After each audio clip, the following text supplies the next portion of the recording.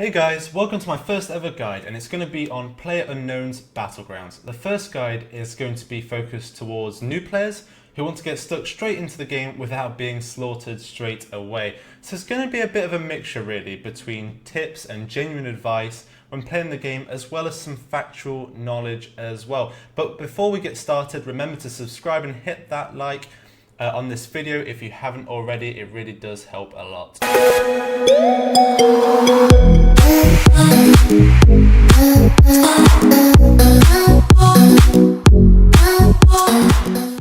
Okay, so you've joined your very first match, and it's a little overwhelming to be honest, because you don't even know where to jump out of the plane to give you the best odds of survival. So there are three topics I really want to cover here. The first one being loot spawns. So I found a map someone in the community posted where the best loot drops are in red. Well, this is the military grade weapons. Here you find weapons, level 2/3 armor, and attachments that will take you into the winner's circle with a good fighting chance. These areas are highly contested by other players, so it really does make it high risk but high reward. I would, however, like to add that the game can be very intense, especially in that winner's circle at the end. At least it was for me personally. So getting that combat practice in early on might actually be a good idea. And who knows, you might actually emerge the victor with full level 3 armor and a fully kitted out sniper ready to take on chicken dinner. So another option is to drop at one of the average loot zones circled in yellow. Here you'll find okay loot that isn't to actually be underestimated, such as the AKM, the M16A4, basic sights like the red dot sight, and you might even find a 4x scope. Level 1 to 2 armor, but that isn't to say you can't find higher tier armor. This is what most people misunderstand. You can actually find level 3 tier armor, and you can find level 3 backpacks, and you can find all those good weapons and good scopes as well. It's just a lot rarer than in military loot spawns.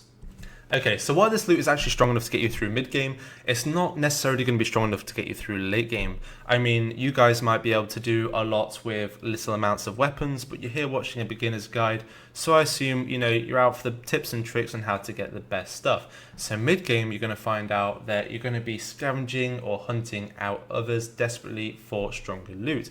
To be honest, this is actually my favourite path, because I like the pressure mid-game.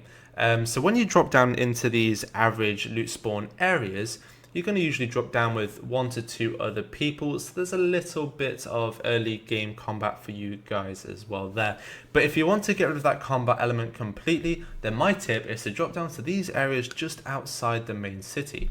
They're usually covered in loot and it's hardly contested as well. Okay, so the last thing to consider, but it's a really important thing, is where the original white circle will spawn. Now, for those of you who don't know, the white circle is actually a safe zone. So you have a set amount of time to get inside this circle before the blue one actually starts to close on this location. If you get caught outside of the blue circle, then you're going to take consistent damage. This isn't too much of a problem early game because the damage it deals is rather low, so if you have healing items like medkits or first aid kits, or even painkillers which heal you over time, you can actually pretty safely get back inside. However, as the game goes on, the blue circle of death actually does a lot more damage, so don't get caught out there, otherwise you are definitely screwed. Okay, so where to drop considering this circle? So if you have a look at the map, you can see that it is split off into 2 kind of islands connected by bridges. So circle spawn is random, however, since the top island is actually larger than the bottom island, the chances of it being there is actually higher. So logically, it's best to jump to this island. However, the bottom island is home to military loot, so you may want to jump here, but remember to keep checking your map early on. That map awareness is really important to see where the circle is and to get there as soon as possible. I can't tell you guys how many times I actually died because I was on this lower island, got carried away looting military goods and thought, fuck, okay, the circle is 4 kilometers away and I've got 30 seconds to actually get there.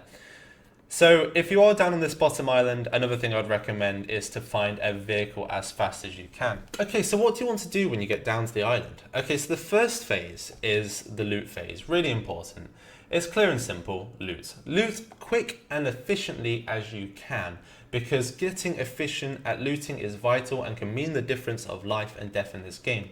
If you're in a complex with 10 other people, it might all come down to who can pick up the pistol quick enough, and the one who can pick up the pistol quick enough is the winner because he can simply just kill the other people who are unarmed. Or it might just be the situation of looting as quick as possible before the barrier starts to close on you. It's simple. The more buildings you can loot in a given time, the higher your chances of finding good loot. Okay, so while on the topic of looting, a little advanced tip. Start looting with tab, because while you press tab over loot, it brings up this little interface where you can simply drag the loot from the ground in your inventory. Last time I checked, looting this way is actually silent.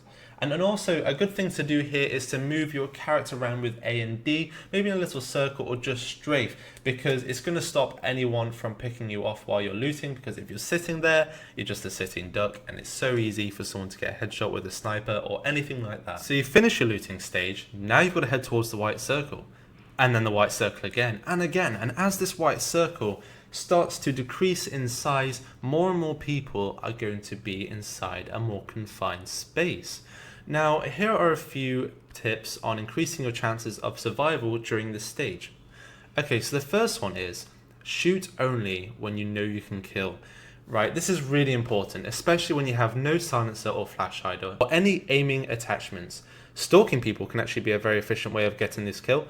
Wait till they're busy looting or wait until they stop to kill someone else and then pick them off then. I recommend this because if you shoot with no silencer and you weren't guaranteed the kill, then all you're actually going to do is give away your location not just to that person but to anyone else in the vicinity. When you're running, if you're running along hills, do not run along the hilltops.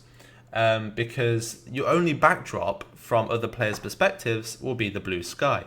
And it is so easy to see a player when the backdrop is blue sky because you just stand out.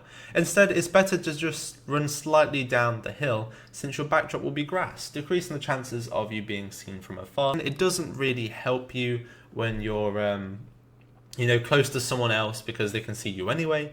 But likewise, you can also see them.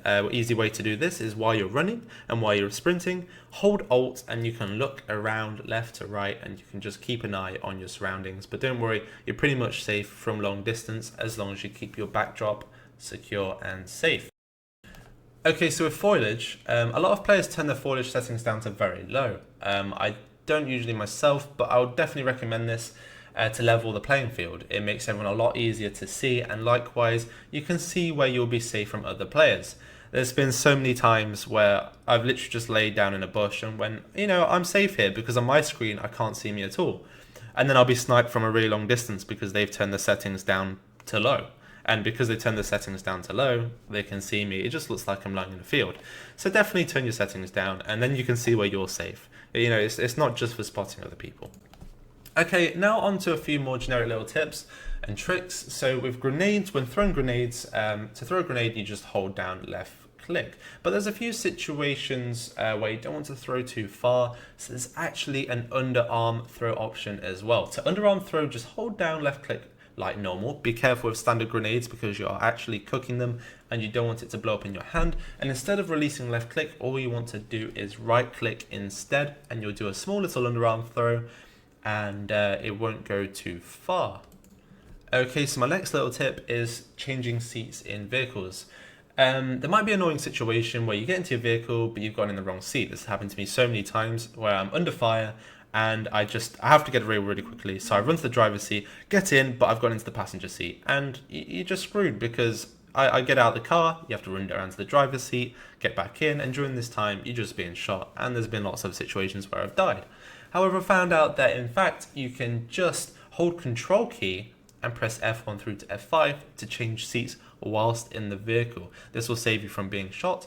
And also, when you're pulling up, you might want to get out a different side of the vehicle. So again, you're not facing the people that you've pulled up next to. So again, press Control, hold Control, and press F2. You'll get into the other seat, and then you can get out of the vehicle. Okay, so swimming is a simple one. To dive down, just hold the crouch key. To swim to the surface, hold the jump key. But remember to keep an eye on your breath with this long symbol at the bottom of your screen. There are a lot of situations in this game where you have to reach a certain ledge, but you can't quite reach it with the standard jump. So jump crouch is a very good option. So to jump crouch, all you do is you run with W or forward on your controller. Then you jump, and while you're midair, you press your crouch button, which for me is C. And you'll find that you can reach higher up platforms, as you can see in the video here. Now I know actually in future they're planning on bringing out a patch where you can vault because me personally, I absolutely hate the jumping system in this game. I get stuck a lot of the time, and there's still quite a few walls that you can't get over even with jump crouching. So I'm definitely looking forward to that patch. Okay guys, thanks for watching. This has been my first guide, so let me know your thoughts. Remember to subscribe and like, turn on those notifications, and check out my other videos. I also live stream this game quite often, so I'll see you out there.